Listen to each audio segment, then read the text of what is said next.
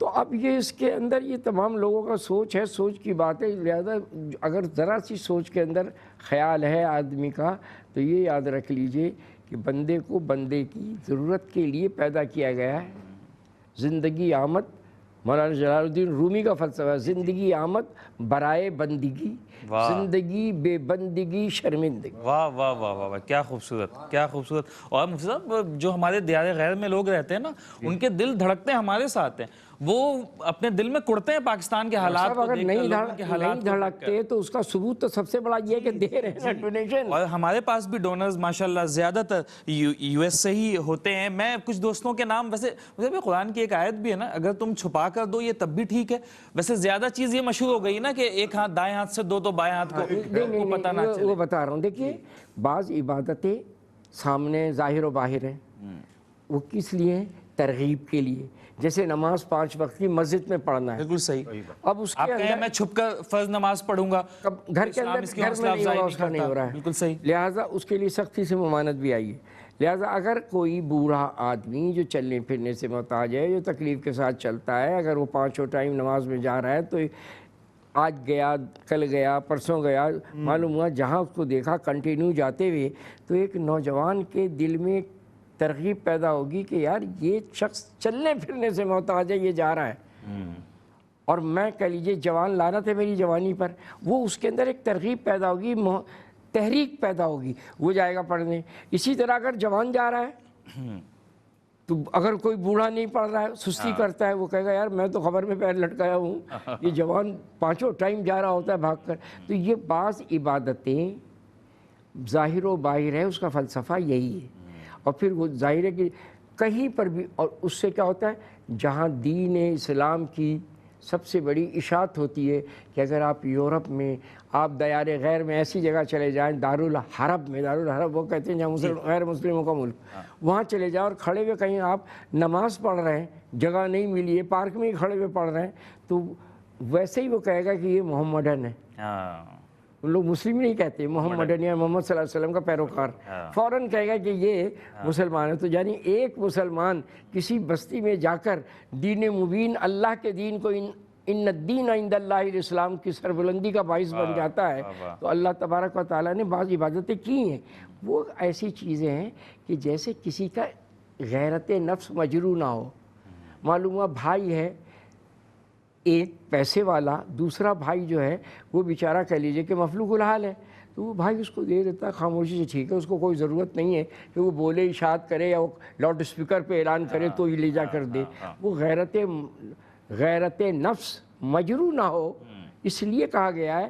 لیکن بعض عبادتیں ایسی بھی ہیں، بعض عبادتیں، اب روزہ ہے تو اس کے اندر تقویٰ ہے، وہ تو بس وہ اللہ جانتا ہے اور روزدار جانتا ہے، روزہ میرے لیے اور اس کی جزا میں ہی دوں گا، ٹھیک ہے نا۔ تو روزہ اللہ کے لیے ہے نا، اللہ ہی جان رہا ہے۔ اسی طرح نماز کے اندر جو بندے، نماز جو ہے یہ بھی ظاہر ہے اللہ تبارک تعالیٰ کی عبادت ہے، پہلی عبادت، تو لہٰذا اس کو دیکھنے کے بعد ترغیب ہوتی ہے۔ تو اگر ترغیب ہو، جیسے کہ کوئی صاحب اپنا مال دیں تو اگر بولیں میں اتنے دے رہا ہوں، تو تاکہ اس دوسرے میں شوق پیدا ہو، ذوق پیدا ہو، اور اس کو باقاعدہ اس میں تحریک پیدا ہو، کوئی بری بات۔ بس ہمارے کافی سارے دوست جو ہے وہ ماشاءاللہ اس وقت تعاون بھی کر رہے ہیں۔ میں کچھ دوستوں کے نام میں چاہتا ہوں کہ آن ایئر بھی لے دوں۔ مسٹر سید وسیم احمد صاحب ہیں، یو ایس اے سے انہوں نے رابطہ کیا ہے اور $325 کے ساتھ تعاون کیا ہے انہوں نے کھانے کی مد میں۔ ان کی خواہش ہے کہ یہ رقم استعمال کی جائے۔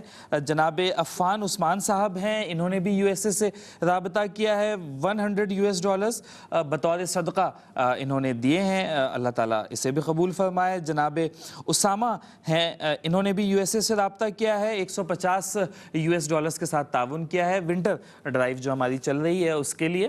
تو اس طرح کے مزید لوگ بھی ہیں جو تعاون کر رہے ہیں، اور میں ان میں سے چند کے نام، جس طرح سے مفتی صاحب نے کہا کہ اس نیت سے لے رہا ہوں کہ جو دیگر دیکھنے والے، وہ ہوتا ہے نا کہ ہم نماز پڑھنے جا رہے ہیں، 4 دوست بیٹھے ہیں، 2 لوگ جا رہے ہیں، تو ایک ترغیب بن جاتی ہے، وہ اگر شیطان بہکا بھی رہا ہو تو ایک ماحول سا بن جاتا ہے کہ یار ٹھیک ہے چل رہے ہیں، چلو سارے مل کر جو ہے وہ چلے جاتے ہیں۔ کوئی اس طرح سے اچھی محفل ہو رہی ہے، کسی خیر کے کام میں ہم بتا دیتے ہیں یار فلاں جگہ ایک غریب بچی ہے، اس کی شادی ہو رہی ہے، کرنے والا نہیں ہے کوئی تھوڑا بہت، ہم لوگ آگے بڑھتے ہیں اور مل کر کرتے ہیں۔ تو ہمارے کہنے سے سے وہ 4 دوست اس میں شامل ہو جاتے ہیں. بس اس نیت سے کچھ دوستوں کا میں نے تذکرہ کیا ہے. جو 3 حضرات، جو 3 بھائی ہمارے، اللہ تبارک و تعالیٰ ان کی اس کا کہہ لیجیے کہ سلامتی نے رکھے آمین اور کہہ لیجیے کہ صحت کے ساتھ عمر میں برکت عطا فرمائے. آمین. لہٰذا ان کے لیے ہماری دل کی گہرائیوں سے دعا ہے کہ اللہ تبارک و تعالیٰ ان کے اس دینے کو قبول فرمائے، منظور و مقبول فرمائے آمین. اور ان کے رزق کو دوبالا کرے اور کسی قسم کی تنگی سے ان کو محفوظ ہو. آمین آمین. کیا بات ہے جناب. اور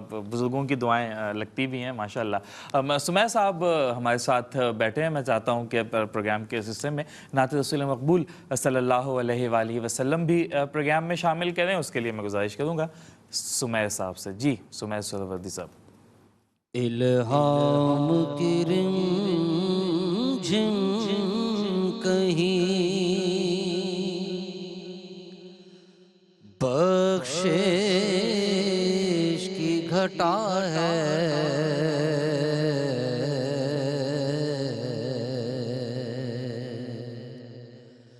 یہ دل کا نگر ہے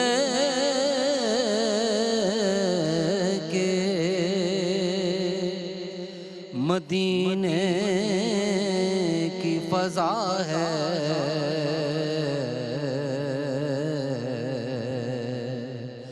یہ دل کا نگر ہے کہ مدینے کی فضا ہے،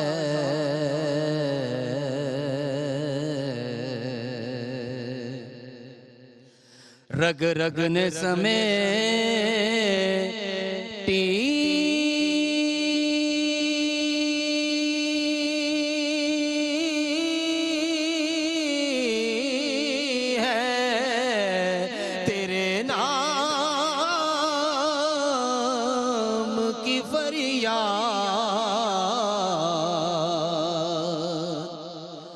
رگ رگ نے سمیٹی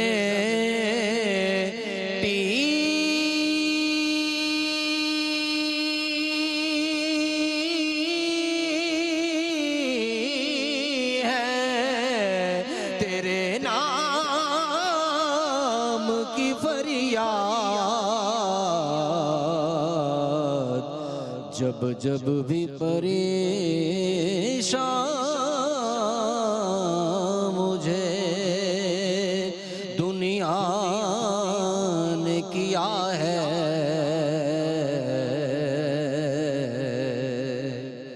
جب جب بھی پریشان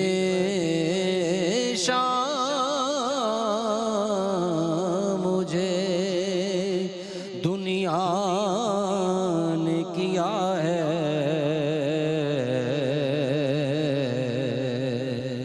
اب اور بیان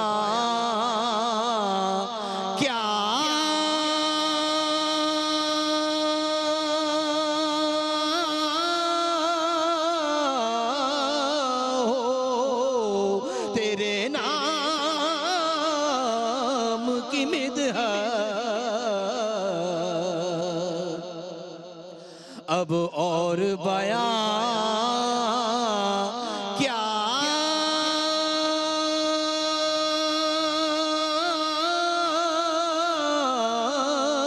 ہو تیرے نام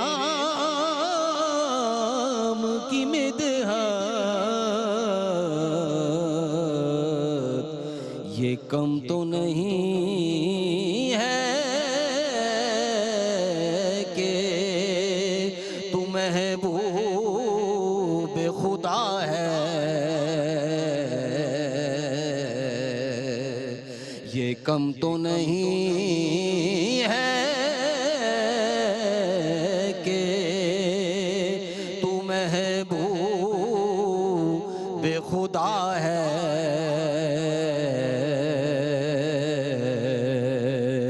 اے گنبد خضرا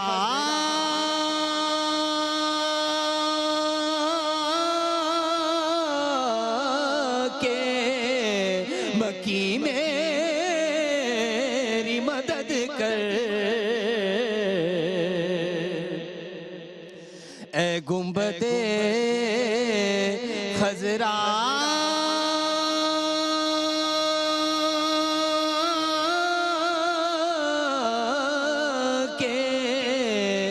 مکی میری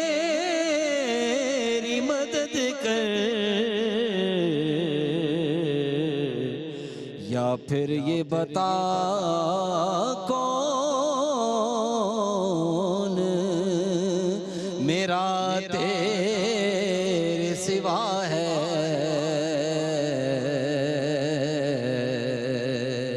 یا پھر یہ بتا کون